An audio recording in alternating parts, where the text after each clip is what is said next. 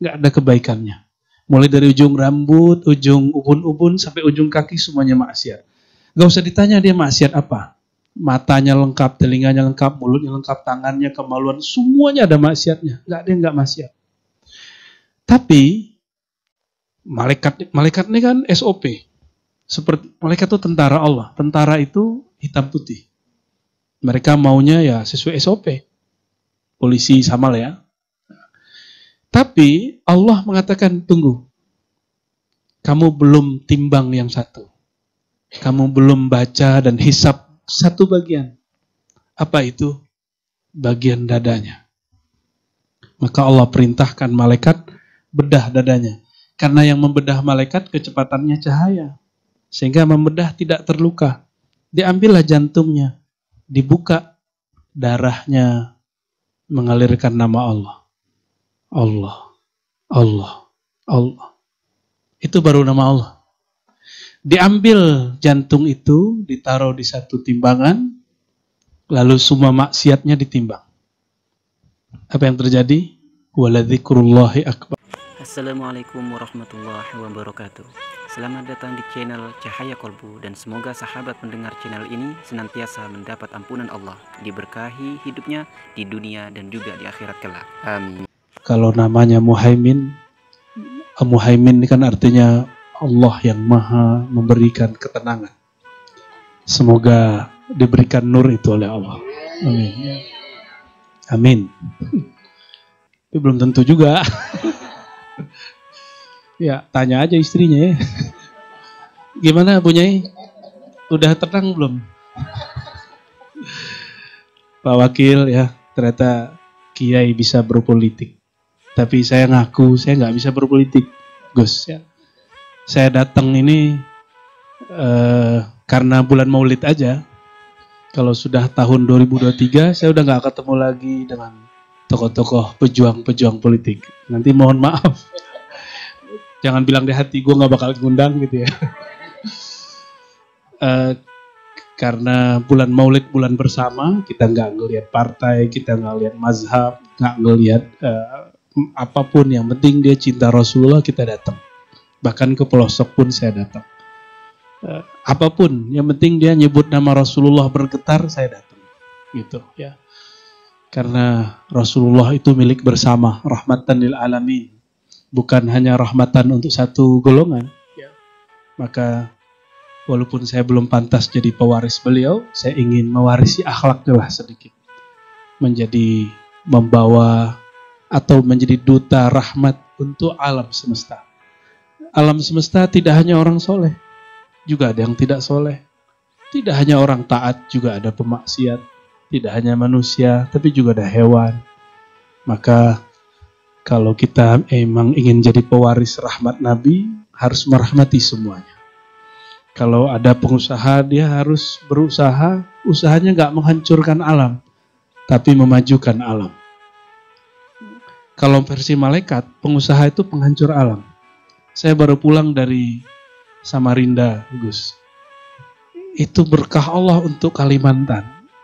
Batu baranya itu nongol-nongol di atas. Jadi orang tiba-tiba kayak mendadak. Kalau dia tahu nilainya batu bara itu. Kalau kita ambil, kata malaikat itu merusak. Tapi bagi manusia itu suatu kemajuan. Ya kan? Nah, maka perspektif kita memang beda dengan malaikat. Nah, ada di dunia ini orang-orang yang berkarakter malaikat. Ya, politikus itu dianggap jahat semua. Ya, tapi saya yakin politikus itu ada yang tikus, ada yang tidak. Ya, ya, ada yang di kolbunya masih ada nama Rasulullah SAW. Ya, saya teringat satu riwayat sebelum tabarukan baca satu ini lalu kita syarah. Ya. Di akhirat itu di hadis Imam Tirmizi, hadisnya sahih. Hadis Imam Baihaqi juga. Jadi nanti ada orang nggak punya amal baik. Lalu dihisap. Setelah dihisap ditimbang. Nggak ada baikannya. Dihisap keluarlah sijil. Sijil itu seperti kita kalau mau keluar negeri harus rekening koran.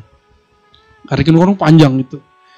Keluarlah perinan amalnya. Dan dari awal sampai akhir semuanya dosa. Nggak ada kebaikannya. Mulai dari ujung rambut, ujung ubun-ubun, sampai ujung kaki semuanya maksiat. Gak usah ditanya dia maksiat apa. Matanya lengkap, telinganya lengkap, mulutnya lengkap, tangannya, kemaluan, semuanya ada maksiatnya. Gak ada yang gak maksiat. Tapi malaikat ini kan SOP. Seperti malaikat itu tentara Allah. Tentara itu hitam putih. Mereka maunya ya sesuai SOP. Polisi sama lah ya. Tapi Allah mengatakan, tunggu. Kamu belum timbang yang satu. Kamu belum baca dan hisap satu bagian. Apa itu? Bagian dadanya. Maka Allah perintahkan malaikat bedah dadanya. Karena yang membedah malaikat kecepatannya cahaya. Sehingga membedah tidak terluka. Diambillah jantungnya. Dibuka darahnya. Mengalirkan nama Allah. Allah. Allah. Allah. Itu baru nama Allah. Diambil jantung itu, ditaruh di satu timbangan, lalu semua maksiatnya ditimbang. Apa yang terjadi? Waladzikrullahi akbar. Menyebut nama Allah lebih berat dari semuanya. Lebih besar dari semuanya. Jadi lafaz alif lam lam ha bukan tinta biasa, tapi itu tinta cahaya. Ditimbang semua maksiatnya kalah. Cuma itu harapan kita, ya. Karena kita tiap hari maksiat. Ustadz itu dosanya lebih gede, karena tahu kalau itu dosa. Kalau Gus Abdul Muhaimin juga ustadz kan, dia tahu, tenang aja. Ya. Cak Huda itu tahu, tenang aja. Mereka itu lebih tahu. Tapi karena tahu cara tobatnya itu masalah juga. Pengen ngicip-ngicip kadang. Bener Kia ya. Baik. Kebaikannya hanya ada di kolbunya. Jadi ternyata orang ini maksiat, tapi di hatinya dia mengingkari maksiat itu. Dia melakukan kejahatan, tapi sebenarnya dia pengen baik. Cuma disalahfahami orang. Begitulah terus. Sehingga malaikat melihat dia gergetan. Mau gampar dia terus. Ya. Nah, inilah yang disebut yuhasibukum. Ada apa ayatnya? Yang lillahi ma fis samawati wal ard. Nah, yuhasib. Nah, siapa yang menghisab? Allah. Yang Allah hisab tuh yang di kolbu. Malaikat cuma hisab bagian zahir. Nah, kalau kita berpandangan seperti malaikat, ya begitu jadinya. Maka berpandangan seperti malaikat nggak cukup. Berpandangannya harus dengan nur ilahi. Orang-orang begini yang sanggup menerima nur Nabi Muhammad SAW. Karena kita mengurai bab tadi mengenai jantung. Nah, kebetulan di halaman 24 di sini, ya, kan biasanya baca-baca doang. Suaranya udah enak, nah, ceritanya lebih enak lagi. Ya, saya baca ya. Bismillahirrahmanirrahim. Sedikit aja kita baca. فَبَيْنَمَا هُوَ ذَاتَ يَوْمٍ نَائٍ عَنِ الْأَوْطَانِ. Ketika suatu hari Sayyidina Muhammad kecil, jauh keluar main-main dari rumahnya. إِذْ أَقْبَلَ عَلَيْهِ ثَلَاثَةُ نَفَرٍ. Tiba-tiba ada 3 sosok mendekatinya. كَأَنَّ وُجُوهَهُمْ الشَّمْسُ وَالْقَمَرِ. Wajahnya seperti pelita dan purnama, rembulan. Fantalaqas sibyan haraba. Melihat ada yang turun. Jadi turun dari langit makhluk. Riwayat yang sahihnya menyebutkan 2, tapi di sini dipakai 3. Turun ada makhluk dari langit, wajahnya seperti matahari dan bulan purnama. Fantalaqas sibyan, melihat itu malaikat tadi turun, itu anak-anak kabur. Fantalaq. Semuanya kabur. Coba kalau tiba-tiba ada sosok putih turun dari pohon, kabur nggak, Bu? Ya, padahal kiai loh. Duluan bilang kabur. Kurang sakti berarti. Wa waqafa an-nabiyyu sallallahu alaihi wasallam muta'ajjiba. Semua orang lari, semua anak-anak lari. Nabi Muhammad cuma bengong lihat. Muta'ajjiba, ta'jub. Ta'jub itu bahasa Arab heran. Ini makhluk dari mana ya? tapi nggak ada rasa takut. Nabi Muhammad tuh nggak penakut. Nah, ini modal awal nih ya. Kalau mau jadi pejuang, nggak boleh penakut. Ya. Saya diajarkan guru saya untuk tidak boleh takut. Maka kita pahit pun kita sampaikan. Jadi nanti Gus Imin kalau dengar kata pahit dari saya, telan aja. Ya, telan aja. Insya Allah jadi jamu. Fa'adja'uhu, lalu mereka sosok bertiga itu bersayap. Orang bersayap, berarti bukan orang dong. Tiba-tiba menidurkan sang Muhammad kecil. Apa yang dilakukan? Wasyaqqau batnahu syaqqal latifa. Lalu dibeleh kata orang Betawi. Benar Bu ya? Dibelek, sorry. Dari sini, dari bagian sini. Ini bagian kirinya kan ada jantung. Yang dulu kita kalau jatuh cinta, jatuh benci, itu deg-degan deh. Orang benci ketemu yang dibenci, deg-degan di sini. Orang cinta, jatuh cinta, deg-degannya di sini. Berdesir ketemu musuh dan kekasih itu mirip-mirip. Bedanya satu hot, satu sejuk. Itu aja bedanya. Itu pengalaman saya, maksudnya ketemu istri saya dulu. Ya. Thumma akhraju qalba sayyidi waladi Adnan. Lalu mereka mengeluarkan jantung. Qalbu itu bahasa Arab artinya jantung. Jantung penghulu zuriat Adnan. Adnan ini cicitnya Sayyidina Ibrahim, cicitnya Sayyidina Ismail. Ya. Wa syarrahuhu bisikkinil ihsan. Lalu itu dibuka. Kalau jantung itu, jantung ayam kita buka itu namanya apa? Terus dibuka. Itu bahasa Arabnya syarrahu. Maka syarah itu bahasa Arab artinya mengurai. Dibuka, diurai satu-satu. Dicek semua lapisan kolbunya. Apakah ada titik hitam? Wa naza'u minhu hazzaz syaitan. Lalu dicopotlah, dikeluarin jika ada titik hitam. Ternyata ada 2 titik. Bayangkan. Kolbu Nabi Muhammad masih ada 2 titik.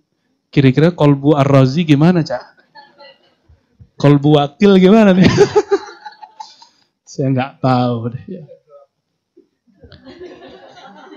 Saya nggak tahu di kolbu saya ada berapa titik hitam tuh, banyak pastinya. Nah, ini pelajaran buat kita. Selevel baginda Nabi Muhammad SAW ada noda hitam di kolbunya. Noda hitam itulah yang membuat orang keras. Suka benci, suka suuzon, suka sinis. Nah itu dia. Ini hati-hati. Setelah dibersihkan dengan air Zam-Zam. Itu bukan air sebenarnya, tapi terlihat seperti air. Dia air tapi bukan dari alam ini. Zam-Zamnya bukan Zam-Zam alam ini, tapi Zam-Zam alam yang lain. Dibersihkan. Setelah bersih, wa mala'uhu, lalu diisi. Nah, ini yang jadi akan kita bawa pulang. Ya, ada 4. 1 bil hilmi. Tolong ini nanti diisi kolbunya dengan ini. Hilmi. Apa arti Hilmi? Ada nama suaminya Hilmi? Hah? Ada nama suaminya Hilmi? Nggak ada ya? Anggota Gus Imin ada yang namanya Hilmi? Ada. Biasanya orang-orang Aswaja tuh banyak namanya Hilmi. Karena suka baca ini. Bil Hilmi ya, kasih namanya Bil Hilmi. Hilm itu artinya kelembutan, kesantunan. Orang kasar ke dia nggak kasar. Orang bikin hoax tentang dia nggak balas pakai hoax, dia bahasa pakai hak. Nah, sudah korban hoax belum, Gus? Tiap hari. Selamat. Ya. Udah, Wakil. Pak Wakil udah? Waduh. Nah, itu hilm. Maka di depannya tidak ada huruf yang tiba-tiba. Huruf itu semuanya berkaitan. Alif, lam, mim. Kenapa tidak dalam mim? Ya, ada rahasianya semua. Ya. Itu puncak pengetahuan Quran ada di ilmu huruf. Ya. Wa mala'uhu bil hilmi. Maka orang-orang seperti kita, jika ingin mengikuti ruhaniah Rasulullah, walaupun tidak bisa baca kitab, nggak apa-apa. Ambil yang pertama, hilm, santun. Santun yang paling dekat dulu ke pasangan. Ya, ke pasangan dulu yang pertama, lalu ke anak-anak, terus ke tetangga. Nah, sekarang kan ada tetangga online, ya kan? Bener ya? Namanya tetangga, ada yang nggak seneng, ada yang iri, ada yang dengki. Harus hilm. Kita harus santun. Kasih senyum terus lah, tapi jangan senyum sendirian. Senyum sendirian nanti, oh itu kayaknya kebanyakan cahayanya. Itu hilm. Ya, hilm. Orang hilm itu nggak tergesa-gesa, nggak panikan. Ini hebatnya orang yang hilm. Nah, maka orang-orang yang diberikan hilm, sifat hilmiah namanya. Orang-orang ini setelah mewarisi, boleh saya sebut seperempat kolbunya Nabi Muhammad SAW. Jadi kolbu Nabi Muhammad itu isinya 4 bagian. Yang kedua, wal ilmi. Ilmu. Ilmu itu nanti akan membuat orang mulia. Seberapa mulia seseorang, seberapa mulia yang dia tahu. Maka ilmu yang paling mulia tergantung objeknya. Lebih mulia makhluk apa Allah Khalik? Maka orang-orang yang mulia itu orang yang paling mengenal Allah. Walaupun dia tidak berpartai. Pasti orang partai nanti cari dia. Ya. Gus Imin sudah mulai lagi cari-cari nih. Siapa orang yang ngerti sama Allah? Namanya orang yang disebut kekasih Allah itu kan seperti mutiara di laut. Nyarinya harus tenggelam dulu. Harus masuk dulu ke dalam lautan. Cari. Nggak semua yang ada di dalam lautan itu mutiara. Harus cari satu-satu. Dan nggak mudah emang. Nggak mudah. Saya pun selalu mencari. Maka kemanapun saya pergi, selain ngajar, saya minta request. Jadi syaratnya bukan duit. Jadi saya datang itu mereka nanya, berapa honornya? Saya nggak pernah jawab. Yang saya jawab cuma, sediain daftar yang bisa saya ziarahi. 1 orang hidup, 1 yang sudah wafat, wali Allah. Siap, udah gitu aja.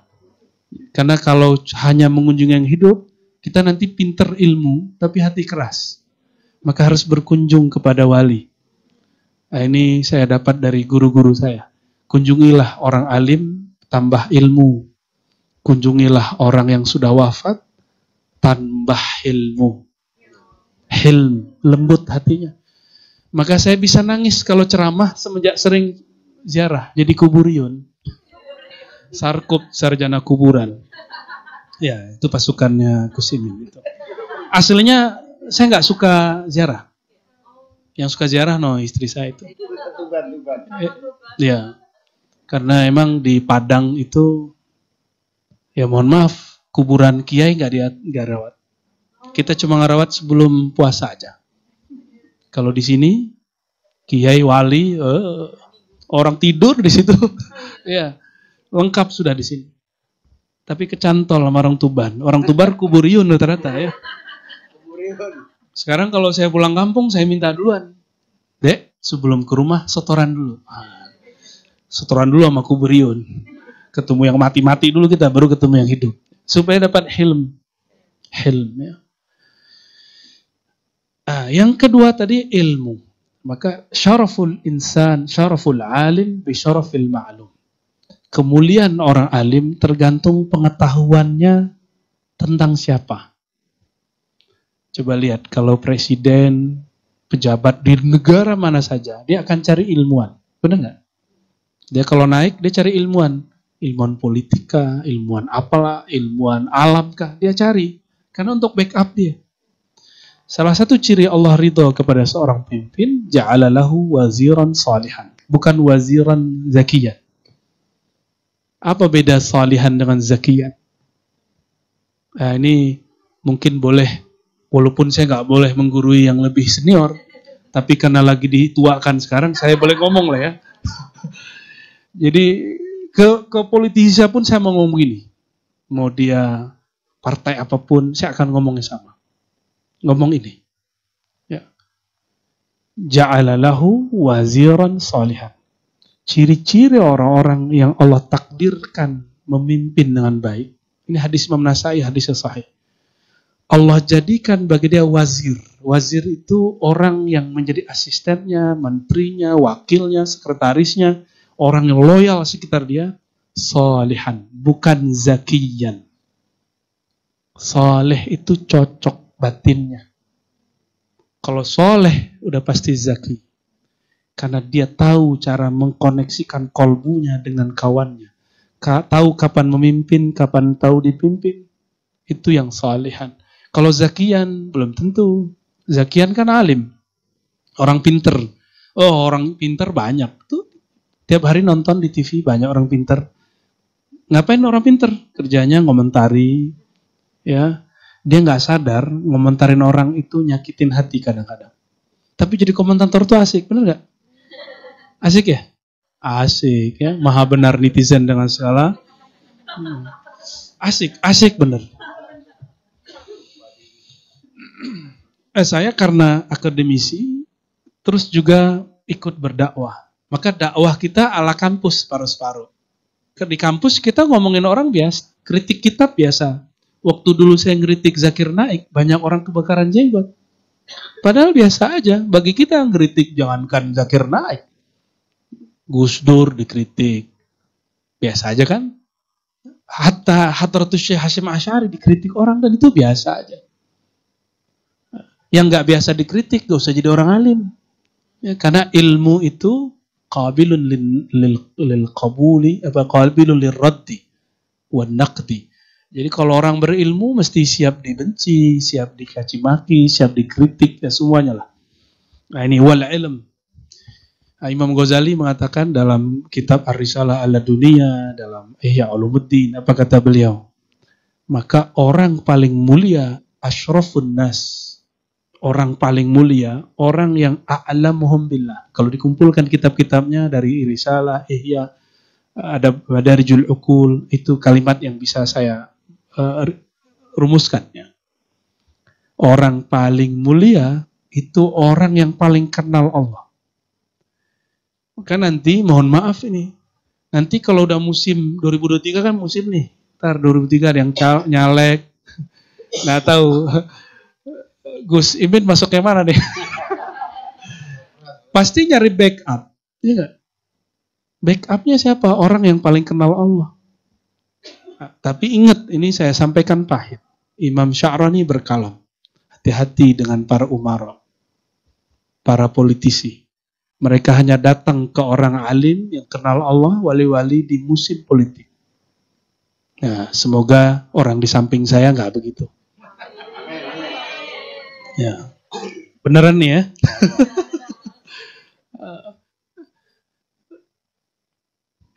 Kenapa saya berani ngomong begini? Karena saya bukan kader Caimin.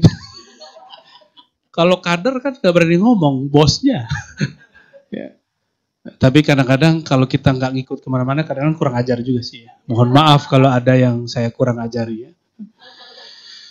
Ilmu ini, orang-orang yang seperti ini dicari oleh presiden, dicari oleh jenderal, dicari oleh orang yang nyalek, orang yang nyalon jadi presiden, wakil, semua nyari orang ini. Kenapa? Karena kunci dunia ada di dia. Dia nggak butuh dunia, tapi kuncinya banyak. Lihatlah orang-orang yang koleksi mobil. Mobilnya nggak dipakai, tapi kuncinya dia punya. Kalau udah seneng sama dia seneng sama orang itu, dia bilang, ente mau yang mana? Ambil. Gitu kalau ketemu yang wali itu. Cuma tadi kan dikisahkan di situ bahwa binatang apapun kan kalimatnya khalaqallahu ta'ala wa lam yabqa syai'un mimma khalaqallahu ta'ala illa ja'a li amrika ta'iyah. Semuanya kalau ketemu Nabi Muhammad patuh. Bahkan curhat. Yang curhat enggak hanya mak-mak ke Nabi, yang curhat tuh onta, kambing, domba, keledai, semua curhat ke Nabi Muhammad SAW. Cuma sayangnya ini nggak punya akal, jadi curhatnya curhat masalah perut. Jadi onta itu ngomong ke Nabi, ya Rasulullah, syahadat ya. Tapi yang diaduin apa? Perutku lapar, makanku kurang banyak, tapi tugasku kebanyakan. Tolong kasih tahu ke tuanku. Jadi curhatnya curhat masalah perut, masalah materi. Ini kesalahan karena dia nggak punya akal. Dan saya yakin orang kiri kanan saya ini kan aslinya kiai. Akalnya cerdas. Kalau datang ke wali, jangan ngomongin masalah itu. Masalah pilihan, nggak level. Cukup minta ridho. Ridhoi dunia akhirat. Kalau Allah sudah ridho, apapun yang terjadi nanti, kepilih nggak kepilih urusan lain. Yang penting Allah ridho dulu. Allah kalau sudah ridho, radiyah mardiyah. Nih, suami keluar dari dua sama istri. Istri baru ngelirik barang baru, langsung tawarin, mau deh. Mau, pasti gitu. Ya. Tapi ingat, Allah itu pecemburu. Allah pecemburu. Kalau yang dilirik tandingan dia, Allah bisa binasakan. Yang dibinasakan siapa? Bisa yang dia lirik, bisa dirinya sendiri. Itu semua kalam Imam Sya'rani dari kitab Al-Minan Al-Kubra. Agak sulit juga nyari bagian itu. Sekarang kalau saya rujuk lagi kitabnya nggak ketemu. Karena tebal sekali. Kita dulu membacanya waktu masih nyantri lah. Tapi sekarang alhamdulillah masih ingat. Ternyata kalimat ini Allah simpan di kepala saya dan kolbu ya untuk mereka inilah. Baik, ya harus disampaikan kepada beliau-beliau ini. Ya. Beliau ini. Walaupun saya nggak pantas jadi guru, jadi muallim, jadi mursyid, saya nggak pantas. Carilah kiai-kiai yang sepuh, yang khos ya. Nah, yang ketiga. Tadi berapa? Berdua. Ya. Nah, ya. Berarti ilmu turunnya ke otak atau ke kolbu? Gimana? Ke otak atau ke kolbu? Kalau ke otak belagu. Dan ke otak bisa pikun. Tapi kalau ke kolbu, dia nggak pernah pikun. Karena otak ini yang ngalangin kolbu. Tapi kalau kolbunya lebih kuat sinarnya, otak ikut. Dia bisa ingat kapanpun. Itu sebabnya wali-wali Allah tuh nggak pernah uzur. Walaupun gayanya gaya orang uzur. Guru saya baru meninggal 50 hari yang lalu. Ini baru selesai 40 hari. Saya yakin beliau seorang wali. Pas ketemu, udah nggak bisa berdiri. Selalu ngomong ke saya, Rozi Hashim, saya ini pemaksiat, dulu preman Tanah Abang. Oh gitu, semua maksiat disebutin. Saya pikir, biasa. Ngomong lagi habis 5 menit, teman saya mikir, udah uzur kali ya. Gitu. Yang ketiga dia ngomong lagi, saya hampir terpancing mau ngomong dia ini uzur. Tapi ketika batin kita tanya, wahai kolbuku, coba baca isi kolbu dia. Oh ternyata kolbunya lagi nguji kolbu saya. Ya, bisa. Kan kolbu sama kolbu nyambung. Ya, bisa lewat kedipan mata, bisa lewat rasa. Nah, rasa ini yang mahal. Ya. Kadang kalau mata nggak ngelihat, tapi kolbu bisa lihat. Ya. Walaupun dia jauh. Akhirnya saya ngomong, Pak Kiai, kalau nggak pernah dosa nggak bisa nangis. Kalau nggak pernah dosa, nggak pernah merasa hina di hadapan Allah. Dia langsung tepuk-tepuk saya, ente benar Rozi. Ternyata dia cuma nguji. Karena selama ini orang datang, beliau ngomong begitu, orang semua ngomong, ini kiai sudah uzur. Ini kiai sudah uzur. Itu adab yang buruk, ketemu kiai nganggap kiai uzur. Mana ada wali uzur batinnya. Kolbunya nggak pernah uzur, walaupun badannya sudah nggak bisa bergerak. Karena Allah selalu membersamai kolbunya. Allah pernah uzur nggak? Nggak akan pernah. Itu terjadi kemarin. Itu ujian-ujian kolbu tuh ya. Kita kadang-kadang nggak boleh terpancing sama kalam-kalam orang tertentu. Nah itu ilmu. Maka ilmu turunnya ke kolbu, jangan ke otak. Kalau otak paling jadi dokter, apalagi dokter honoris. Iya. Udah dapat, Gus. Dapat banyak. Itu yang asli. Oh yang asli. Iya, nembak juga nih. Kalau ilmu di sini makan, kata Imam ahli hadis Sufyan Ats-Tsauri, jangan banyak-banyak makan ini nih, apa namanya? Anggur, apel yang banyak vitamin C-nya. Karena itu bisa menggerogoti hafalan. Iya, jadi makan begini dikit-dikit bolehnya. Ya, dikit-dikit jadi aja. Ini bagus untuk badan tapi nggak bagus untuk otak. Itu kata Imam Sufyan Ats-Tsauri. Yang bagus itu madu. Bukan madu yang itu, Gus. Ya.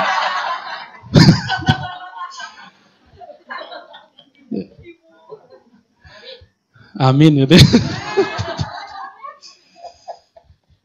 Untuk Gus ini. Untuk saya lain lagi. Urusan nanti. Jadi ilmu ini kalau hanya mengandalkan hafalan, kita harus ngerawat makanan. Jadi ahli hadis dulu, nggak sembarangan makan. Agar riuh ketemu ahli hadis dulu. Ribet makannya nggak boleh ini. Kayak food combining itu. Kayak vegetarian, kayak apalagi macam-macam tuh sekarang. Alirannya kan banyak. Jadi ketemu mereka tuh kayak, aduh ribet amat sih ente gitu ya. Harus makan ini, harus makan itu, nggak boleh ini, nggak boleh itu, nggak boleh minyaknya kebanyakan, nggak boleh pakai micin. Dulu saya begitu, sekarang mah hajar aja, hajar aswad. Kalau sudah ke kolbu, dia tersimpan dan itu akan lama. Ya, dia hanya pergi kalau orangnya mati. Itu yang disebut di hadis. Allah itu nggak pernah cabut ilmu mendadak. Dicabutnya biqabdil ulama. Kalau ulamanya dicabut. Karena kalau dicabut, kolbunya juga ikut pergi. Itu maknanya. Ya. Hati-hati sama ahlul qulub. Kata Syekh Sulaiman Zuhdi, mursyid Naqsyabandiyah di Mekah, terakhir beliau. Terakhir di Mekah, habis itu Wahabi berkuasa di Mekah. Kata beliau, hati-hati jika datang kepada ahlul qulub, ahli kolbu. Karena kolbu mereka langsung diteropong oleh Allah Subhanahu wa Ta'ala. Ya, kalau mereka tersinggung, udah siap-siap kita sial. Ya, kalau mereka senang, insya Allah kita diberkahi. Nah, itu hati-hati di situ. Ya, makanya saya juga kalau ketemu kiai itu hati-hati. Ya, kalau ketemu kiai nggak usah lama-lama, bentar. Kecuali beliau yang suruh lama. Cara kita jaga adab ke mereka. Ya. Terus wal yaqin, yang kedua, yang ketiga. Yang Allah berikan ke dalam kolbu baginda Nabi Muhammad SAW, al-yakin. Apa arti yakin? Yakin itu puncak dari positive thinking. Ya. Selama ini yakin artinya apa? Beda dengan percaya. Beda dengan percaya. Percaya itu tasdik, membenarkan. Yakin itu ada tingkatnya. Ada yakin teoritis, namanya ilmu yakin. Kata orang. Ya. Ada yakin yang sudah mujarab, tapi mujarab di orang, belum di kita. Namanya ainul yakin. Kita cobain sendiri. Baru percaya. Namanya hakul. Tapi nggak dikasih embel-embel. Al-yakin, ini yang lebih tinggi. Ya, maka dia puncak dari positive thinking. Ya, maka di Quran wa'bud rabbaka hatta ya'tiyakal yaqin. Bukan hatta ya'tiyaka haqqul yaqin. Karena al-yakin tanpa ilm, tanpa ain, tanpa hak itu puncaknya. Ada dulu di PTIQ ngaji begitu. Oke. Pasti Syekh Ibrahim Husain pernah bahas ini. Ya, kayaknya beliau sudah mulai lupa karena taruhnya di sini. Ya, enggak, ini beliau naruhnya di kolbu, tenang aja. Tadi ngobrol-ngobrol sama saya masih keluar kok mutiara-mutiaranya. Al-yakin ini harus punya murabbi, pembimbing rohani. Dan dia harus ada contohnya. Kalau nggak ada contohnya, ini yang membedakan ahli zikir berguru dengan ahli baca buku sendiri. Itu bedanya orang otodidak dengan orang berguru. Orang yakin ilmu nggak usah banyak. Hujah dia nggak usah banyak. Dalil dia nggak usah banyak. Dia nggak perlu banyak hafalan. Tapi kalau dia punya contoh, dalil dia ada gurunya sendiri. Karena guru itu mencakup semua dalil. Ya, ini kalau dibuka, nih kolbu kiai, itu banyak dalil di dalamnya. Kalau saya dalil keagamaan. Kalau sudah jadi politisi, mungkin dalil-dalil berpolitik. Ya, wallahu a'lam bishawab. Ya, ada dalilnya, Gus ya. Ya, ada rumusnya pasti. Ya, sebanyak itu santri kok beliau-beliau aja yang naik kan. Ya, banyak santri yang mau naik, nggak bisa. Karena nggak ngikutin dalil berpolitik. Dia pakai dalil kitab kuning aja. Padahal di kitab kuning bagian begini, antum a'lamu bi umuri dunyakum. Nah, dunia itu ya tataghayyar. Dunia berubah-berubah. Kita harus ngalah lah, berdamai dengan dunia. Nah, al-yakin nggak perlu banyak jidal, debat. Yang penting punya guru. Maka walaupun sudah masyhur, sudah punya jabatan, ibu-ibu ini sudah mateng, sudah mantap secara materi, imaterinya, rohaninya harus punya guru. Kalau zahirnya bergantung kepada mungkin suami, kepada pekerjaan, usaha, batin juga harus bantu kepada yang batin, Allah Subhanahu wa Ta'ala. Coba lihat, yang paling takut pandemi kemarin orang kaya apa orang miskin? Orang kaya, buang aja kekayaannya kan, kasih kita aja. Loh, kurang apa hebatnya? Kekayaan itu kok masih ketakutan? Orang miskin santai-santai juga kita lihat jalan. Nggak pakai masker, bahkan nggak ada booster dia.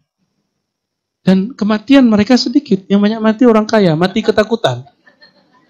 Apa yang kurang di mereka? Al-yakin. Yakin inilah booster yang sebenarnya. Ilmu yakin ini yang saya kupas selama pandemi. Tapi itu sudah kita tutup pelan-pelan. Cari-cari sendirilah. Dan channelnya sudah ditutup juga. Jadi ada channel kajian hikam dulu, Gus. Itu kajian-kajian ilmu yakin. Dan sudah ditutup. Hanya untuk membersamai selama pandemi. Karena ketika orang belum ketemu booster yang zahir, harus kasih booster yang batin. Biasanya ngaji hikam hanya di pesantren-pesantren, sekarang itu ngaji hikam di YouTube. Kan canggih tuh, menurut saya. Ya, banyak yang marah sama saya. Loh, hikam kamu kok bawa-bawa ke YouTube? Loh, emang salahnya apa? Ya, salah nggak? Jangankan hikam Al-Quran jadi bawa ke YouTube. Lebih mulia hikam Pak Al-Quran. Iya. Ada orang marah-marahin saya bicara tentang Abagurus Kumpul. Tahu Abagurus Kumpul? Ente nggak pantas ngomong Abagurus Kumpul. Saya jawab, lebih mulia Nabi Muhammad apa Abagurus Kumpul? Nabi Muhammad. Ente aneh boleh ngomong tentang Nabi Muhammad dan dia lebih mulia dari Abagurus Kumpul. Masa saya Rozi cinta ke Abaguru nggak boleh cerita dia? Masuk akal juga sih. Nggak usah pakai dalil kalau mereka mah. Nah itu bil ilmi itu ya. Main-mainan akal aja itu. Sok pinter gitu. Dan yang terakhir, war-ridwan. Nah, Ridwan itu bukan nama suami juga, bukan. Ridwan ini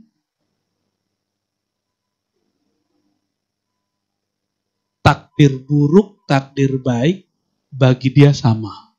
Itu disebut ridho. Itu perkataan yang saya nukil dari kitab Hadaikul Haqa'iq dan juga Ar-Risalah Al-Qusyairiyah. Jadi takdir khair atau syar, hul atau mur, itu bagi dia sama. Istiwa'ul hal bitaghayyuril ahwal. Istiwa'ul qalbi bitaghayyuril ahwal. Ya. Qalbu itu tetap stabil, tetap, kalau orang Jawa bilangnya apa kalau nerimo ya? Nerimo. Ridwan itu lebih canggih dari nerimo. Kalau dia bukan saya nerimo, kayaknya masih berat. Ridwan itu bukan itu. Ya Allah, suka-sukamu. Seridho-ridhomu. Semau-maumu. Yang penting aku tetap jadi hambamu. Itu Ridwan. Maka Nabi Muhammad, anaknya Sayyiduna Ibrahim diambil. Ya kan? Putrinya cantik-cantik, 2 wafat. Yang sisa cuma 1, Sayyidah Fatimah.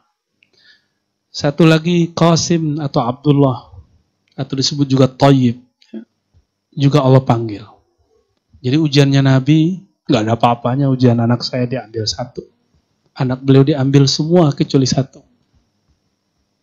Maka Nabi ketika gendong cucunya, anaknya, beliau terisak-isak. Bertanya Abdurrahman bin Auf, "Mahbika ya Rasul? Apa-apaan nih? Kok Rasul nangis?" Gitu. Bagi dia Rasul nggak pantas nangis. Dia bayangin Rasul itu tegas. Ternyata Rasulullah kolbunya lebih lembut dari perempuan. Ya, ibu ini lembut nggak, Bu? Paling lembut. Nah, ini kalau diterusin panjang nih, udah segitu aja ya. Jadi 4 ini yang dimasukkan ke dalam kolbu baginda Nabi Muhammad SAW. Nah, sudah begitu belum? Bukan ridho suami, bukan ridho istri, ridho Allah. Kalau Allah sudah ridho, masa istri suami nggak ridho? Bukan ridho makhluk, bukan ridho, apa istilahnya kalau pemilih itu? Konstituen? Bukan. Apa? Benar, Ya, sahih. Bukan ridho pengikut, bukan ridho viewer, bukan ridho netizen, bukan. Capek, lelah. Ya, itu yang kita sering dengar dari kiai-kiai dulu. Ridho nas, ghayatun la tudur. Ridho viewer, netizen, rakyat, itu nggak akan bisa dicapai. Dan Nabi mengkabarkan nanti di akhir zaman para pemimpin itu paling sering dibenci orang. Nah, beliau kayaknya udah pasang badan. Ya, udah pasang badan. Dan saya dekat-dekat datang begini, saya harus siap-siap juga dibenci.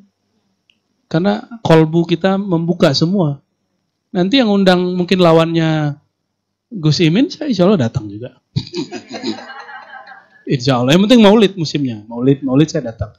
Bukan saya lihat orang yang undang, tapi saya lihat nama Nabi Sallallahu Alaihi Wasallam. Ya. Barangkali itu yang besar dapat kita ambil. Silakan setiap hari membersihkan kolbu dengan istighfar. Karena malaikat nggak turun lagi ke kita kan? Ya, tapi sebenarnya setiap kali ada orang baca istighfar, di saat itu ada malaikat istighfar. Malaikat istighfar itu ada khusus. Dia sedang membersihkan dada. Cuma nggak kelihatan. Ya. Apa buktinya? Lihat kalau saya mimpin talqin. Ya.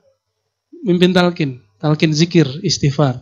Itu pasti ada yang bercucur air mata, ada yang kepanasan, itu lagi dibersihin.